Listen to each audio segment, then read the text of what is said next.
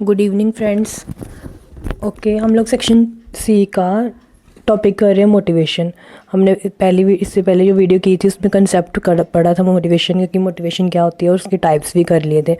अभी हम कर रहे हैं टेक्निक्स ऑफ मोटिवेशन। टेक्निक्स, नाम ऐसा लग रहा है कि टेक्निक्स पता नहीं क्या होंगी, बट बिल्कुल सिंपल है कि क्या क्या टेक्निक्स जो टीचर है वो यूज़ कर सकता है क्लासरूम में। मतलब कि टीचर को कोई एक टेक्निक के ऊपर नहीं रहना, वो अलग अलग टेक्निक्स से यूज़ कर सकता है बच्चों को मोटिवेट करने के लिए। तो करते हैं। सबसे पहली है use the principle of pleasure and pain. कि कौन सा? First, use the principle of pleasure and pain. जो हमारी जितनी भी ओल्डेस्ट थ्योरी थी साइकोलॉजी की, जो बिहेवियरिस्ट थ्योरी थी, उन्होंने सबने क्या बोला कि अगर बच्चे को रीइंफोर्समेंट दें उसको, तो क्या है, बच्चा मतलब जल्दी लर्न करता है। अगर उसे अवार्ड दिया जाए, मतलब ऐसे है ना, मतलब अगर उसे मतलब खुशी, उसको जब कोई चीज़ मिलेगी ऐसे उसको खुशी होगी, तो मतलब क्या वो सेटिस्फाई होएगा। ठीक है।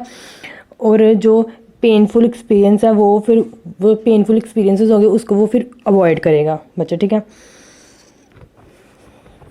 इसलिए क्लास रूम का इन्वायरमेंट ऐसा टीचर प्रोवाइड करे कि उसकी जो नीड्स हैं वो सेटिस्फाई हो। ठीक है। और इस तरह के एक्सपीरियंसेस उसको मिले कि वो क्या हो, मोटिवेट हो और आगे आगे क्या फर्दर लर्निंग करे। अगर उसको रीइंफोर्स किया जाएगा तो वो और भी ज़्यादा अच्छा आगे में करेगा। सेकेंड है यूज़ ऑफ प्रेज एंड रीप्रूफ। दोनों, प्रेज मतलब तारीफ़ करना और रीप्रूफ करना, दोनों क्या है, पावरफुल वो इंसेंटिव है ये दोनों ही। ठीक है। अब इन दोनों में से कौन सा इंसेंटिव सबसे महत्वपूर्ण होगा? ये पर्सनैलिटी, बच्चे की पर्सनैलिटी के ऊपर डिपेंड करता है, और टीचर के ऊपर भी, कि जो टीचर इसको दे रहा है, बच्चों को दे रहा है। ठीक है। अगर जो मतलब किस तरीके से टीचर, किस तरीके से मतलब वे ऑफ गिविंग, टीचर का देने का तरीका कैसा है, ठीक है, उसके ऊपर भी डिपेंड करता है कि बच्चे की तारीफ़ कैसे कर रहा है वो। ठीक है। और तारीफ़ का मतलब पहले उसको, टीचर को बच्चे का नेचर पता करना है कि उसका बिहेव कैसा है, उसको अच्छा लगता है कि हाँ, मतलब अगर उसको प्रेज़ किया जाए तो वो और अच्छे से काम करता है। और वैसे भी एक हर लोग ने बोला हुआ है, हर लोग उन्होंने बोला है कि praise is more effective than blame. बच्चे को ब्लेम करने से ज़्यादा क्या इफ़ेक्टिव चीज़ है, प्रेज़। मतलब कि अगर उसको मोटिवेट करना है तो उसको प्रेज़ करो कि हाँ बच्चा आपने अच्छा काम किया, तो इससे क्या होगा, बच्चा मोटिवेट होगा और आगे। Use rewards and punishment. कहते हैं कि दोनों चीज़ें, रिवार्ड और पनिशमेंट, दोनों क्या सेम रिजल्ट लाएंगी। जैसे कौन ला रहा है, जैसे प्रेज़ और रीप्रूफ में हो रहा है, और प्रिंसिपल ये प्लेजर और पेन में हो रहा है, सेम वैसे ये रिवार्ड और पनिशमेंट भी वैसे ही काम करेगा। ठीक है। अगर बच्चों को रिवॉर्ड दिया जाए, जैसे प्राइज़ दिया जाए, ऑनर सर्टिफिकेट, मेडल मिले, तो वो क्या उनकी साइकोलॉजिक वैल्यू मतलब होगी। ठीक है। क्योंकि बच्चे क्या मतलब डेवलप करेंगे, वो लर्नर जो है वो डेवलप करेगा क्रिएटिव एबिलिटी, मतलब खुद में उसमें सेल्फ कॉन्फिडेंस आएगा कि हाँ मैं इससे भी अच्छा कर सकता हूँ। अगर मुझे ये चीज़ मिल रही, प्राइज़ मिल रहा है, तो मैं इससे भी अच्छा करूँगा। अगर कोई बच्चा फर्स्ट सेकंड थर्ड आ रहा है, सेकंड वाला बच्चा, और जो बच्चा सेकंड आ रहा है वो सोचेगा कि फर्स्ट वाला बच्चा है उसका प्राइस ज़्यादा बड़ा है, कुछ भी मतलब ऐसे, तो वो सोचेगा कि मैं वो लूँ। ठीक है ना, मतलब इसलिए क्या वो मोटिवेट होगा। और वैसे भी BF स्किनर ने बोला है कि जो पनिशमेंट है ना वो मतलब अवॉइड की जानी चाहिए, क्योंकि वो इन्जॉयमेंट को थोड़ा कम कर देती है। ठीक है। फ्री थिंकिंग को भी कम करती है, इसलिए जो पनिशमेंट है वो अवॉइड होनी चाहिए। मतलब कि पनिशमेंट नहीं होनी चाहिए लॉन्ग रन तक, मतलब आप बच्चे को बार बार पनिश कर जाओ, वो गलत है। ठीक है। रिवॉर्ड्स, उन्होंने वैसे भी अपनी थ्योरी में लास्ट में यही बोला था कि रिवॉर्ड्स जो है, सॉरी रीइंफोर्समेंट, हाँ वही रिवॉर्ड्स जो है, रीइंफोर्स करना बच्चों को, वो ज़्यादा बढ़िया as compare to punishment. Punishment बिल्कुल ही निगलेक्ट कर दी थी। उसके बाद फोर्थ है एस्पिरेशनल लेवल। ये क्या होता है कि वो स्टैंडर्ड जहाँ पे पर्सन जो है खुद अपने लिए एक गोल सेट करता है, विद इन कोई गोल है, कोई पर्सन का गोल है, वो खुद स्टैंडर्ड अपना सेट करके उसने कैसे वो गोल तक पहुंचना है, वो उसका क्या होता है, लेवल होता है, एस्पिरेशन लेवल। दूसरे वर्ड से अगर बोलूँ कि level of performance to which one aspire for future, जो अपने फ्यूचर के लिए वो सेट करता है। जो हमने पहले इसकी टाइप्स की थी उसमें भी था ना कि एस्पिरेशनल लेवल एक क्या थी, मोटिवेशन की टाइप थी। ठीक है। और ये जो टर्म थी ना एस्पिरेशन, उसमें पहले भी बताया था मैंने पिछली वाली वीडियो में कि ये टर्म किसने दी थी, जर्मन साइकोलॉजिस्ट था होप, उसने ये टर्म जो प्रपोज की थी एस्पिरेशन। ठीक है। और जिसका यूज़ जो है किसी और ने किया था, ल्यूइन ने इसका यूज़ किया था अपनी थ्योरी में।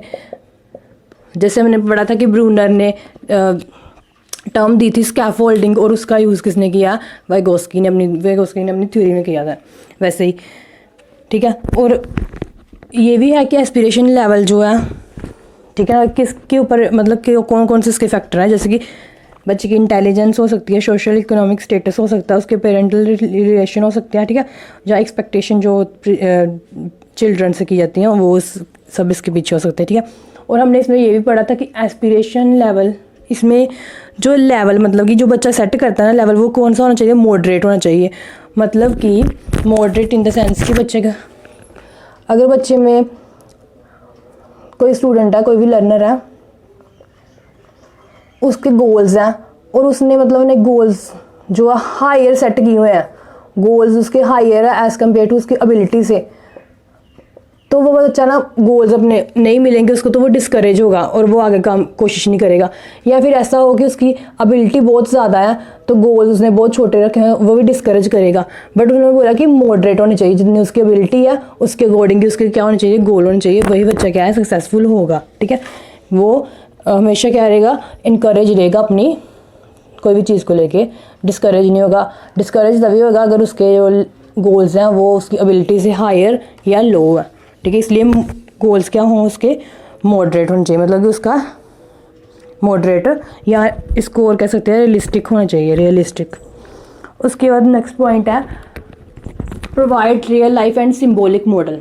मतलब टीचर क्या प्रोवाइड करे? रियल लाइफ को ऐसा सिम्बॉलिक मॉडल, मतलब जो रियल लाइफ से लेके एक टीचर एक कोई पर्सन है उसके साथ कंपेयर करे। क्योंकि जो हमने पढ़ा ना स्किनर की थ्योरी होगी, जो किसकी बिहेवियरिस्ट की थ्योरी जो है, वो बोलते हैं कि लर्नर जो है वो देख के ज़्यादा सीखता है, दूसरों को देख के, ठीक है ना। टीचर खुद भी वो मॉडल बन सकता है, या किसी को जैसे सचिन तेंदुलकर हो गया, ठीक है, किरण बेदी, उनको रोल मॉडल, उनको मतलब उनकी लाइफ से लेके कि हाँ उन्होंने क्या क्या किया, MK गांधी ने क्या क्या किया, वो मतलब कि बता सकता है बच्चों को।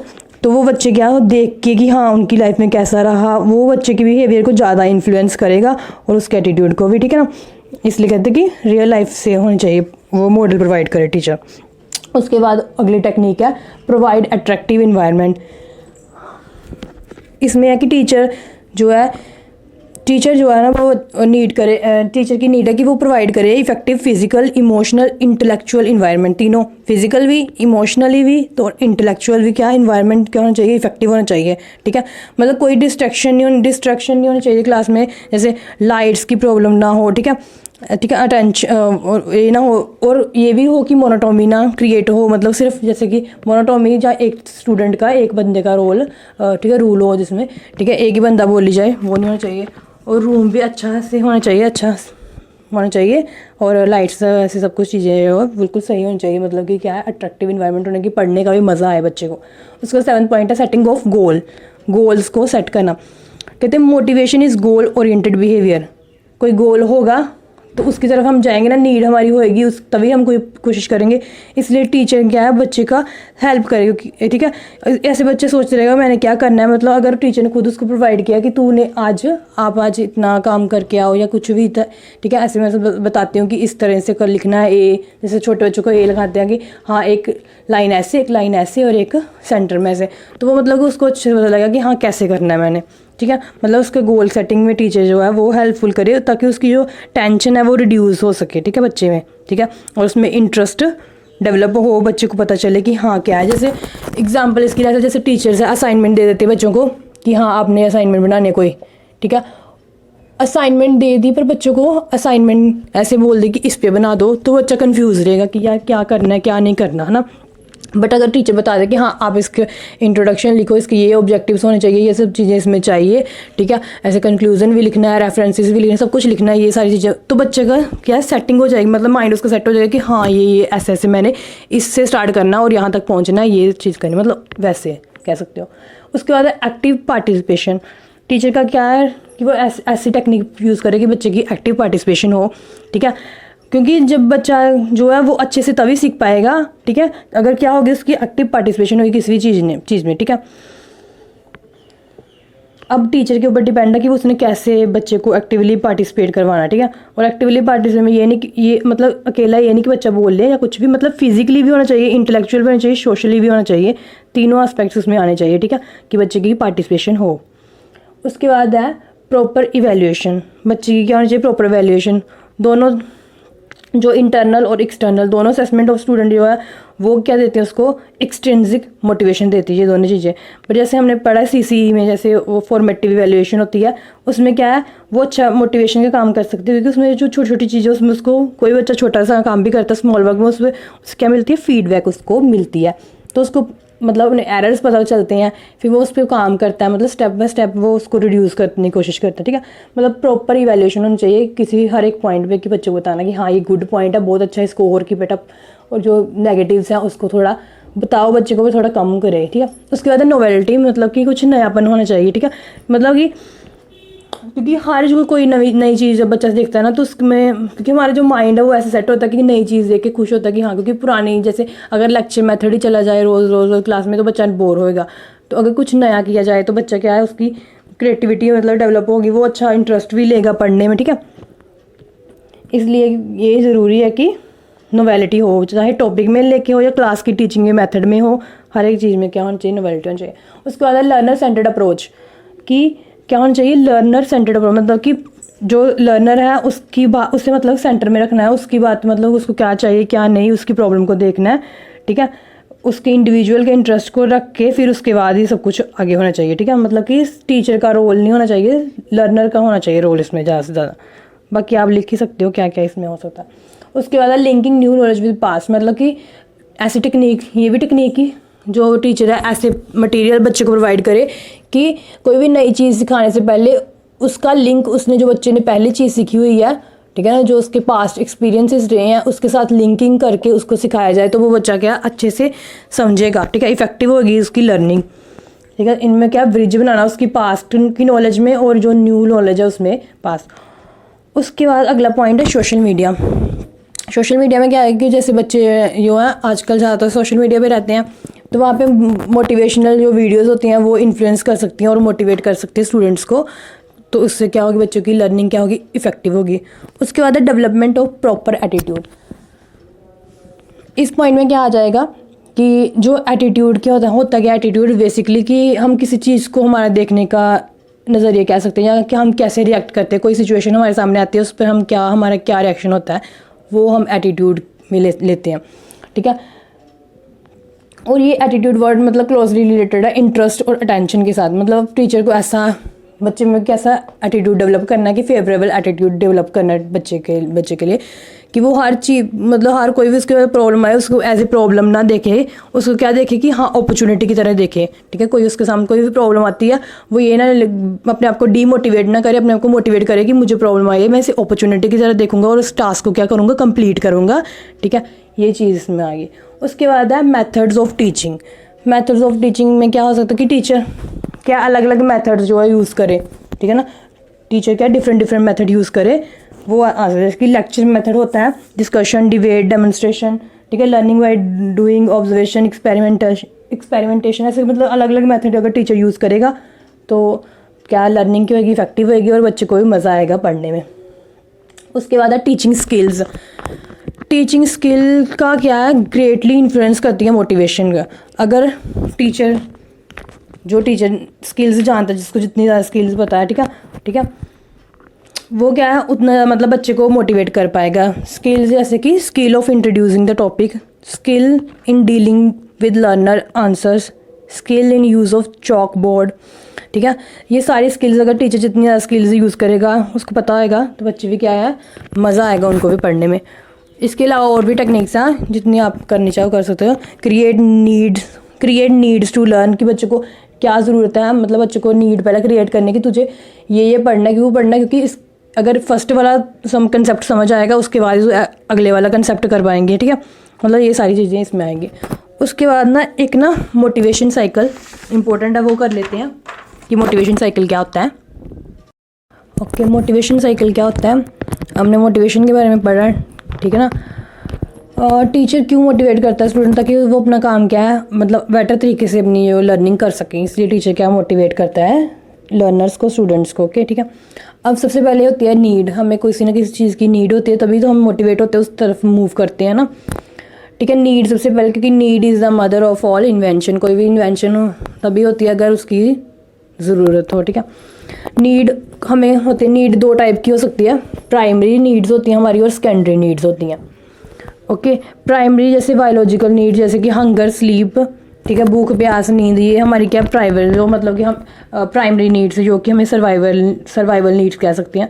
और सेकेंडरी क्या है, जो हम अक्वायर करते हैं जैसे नेम, फेम, पावर, ठीक है, वो सेकेंडरी में आ जाता है।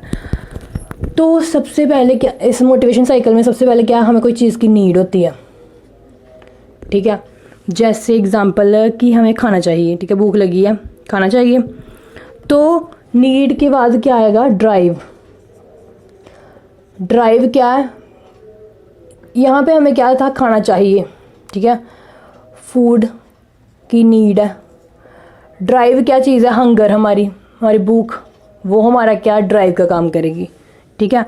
हम कोई ना कोई एक्शन करेंगे, एक्शन क्या करेंगे, कोई ना कोई एक्शन करेंगे, हाथ पैर चलाएंगे, मतलब हम क्या है किचन की तरफ जाएंगे, क्योंकि खाना वहाँ पे मिला है।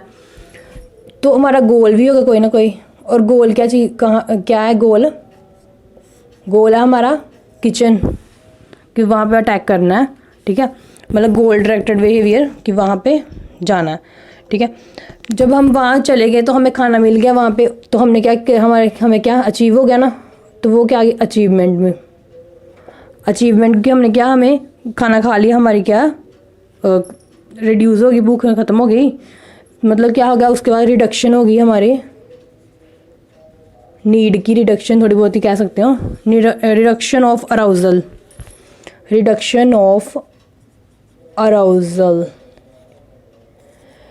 ठीक है, वो चीज़ ख़त्म होगी। फिर उसके बाद क्या होगा, हमारी अनदर नीड शुरू हो जाएगी, फिर से नीड, मतलब ये साइकिल चलता रहेगा कि नीड से ड्राइव से जो एक्शन से गोल से अचीवमेंट, और फिर अचीव हो गया तो उसके बाद रिडक्शन हो जाएगी उसकी, फिर क्या अगली नीड जो हमारी शुरू हो जाएगी, ठीक है। गोल में जैसे कि हम गोल क्या और भी हो सकता है, जैसे हम स्टडी करते हैं, हमारा गोल, ठीक है, स्टडी करना, ठीक है, वो हमने की, चाहे इसमें साइकिल की एग्जांपल भी ले सकते हैं, साइकिल सीखना, कुछ भी, मतलब जो भी हमने करना है वो सब कुछ, ठीक है। नीड होती क्या है वैसे, need refer to lack of something, मतलब जिसकी हमें क्या है, लैक मतलब जिसकी हमें ज़रूरत है, ठीक है। वो जैसे बोला मैंने, नीड क्या थी हमारी, नीड क्या थी, हमें फूड चाहिए था। ड्राइव क्या था, हंगर। ड्राइव होती है state of tension due to absence of something, ठीक है, कोई चीज़ की एब्सेंस के कारण जो हमारे स्टेट ऑफ माइंड, हंगर थी, भूख थी, किसके कारण भूख थी, क्योंकि खाना नहीं था, ठीक है, पेट में कुछ है नहीं इसलिए भूख थी। ये मोटिवेशन साइकिल इंपॉर्टेंट है।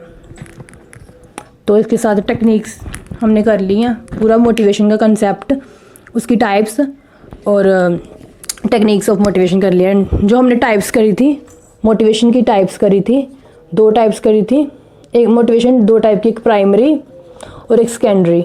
जो प्राइमरी टाइप थी उसमें था इंट्रिंसिक, जो हमारे अंदर से आती है, और एक्सट्रिंसिक मोटिवेशन। और जो सेकेंडरी वाली ना, उसमें जितनी भी अदर्स टाइप्स थी ना, एस्पिरेशन, अचीवमेंट, मोटिवेशन, वो सारी इसमें आएंगी, ओके। और टेक्निक्स हमने कर ली मोटिवेशन की, टोटल कंप्लीट हो गया मोटिवेशन का टॉपिक।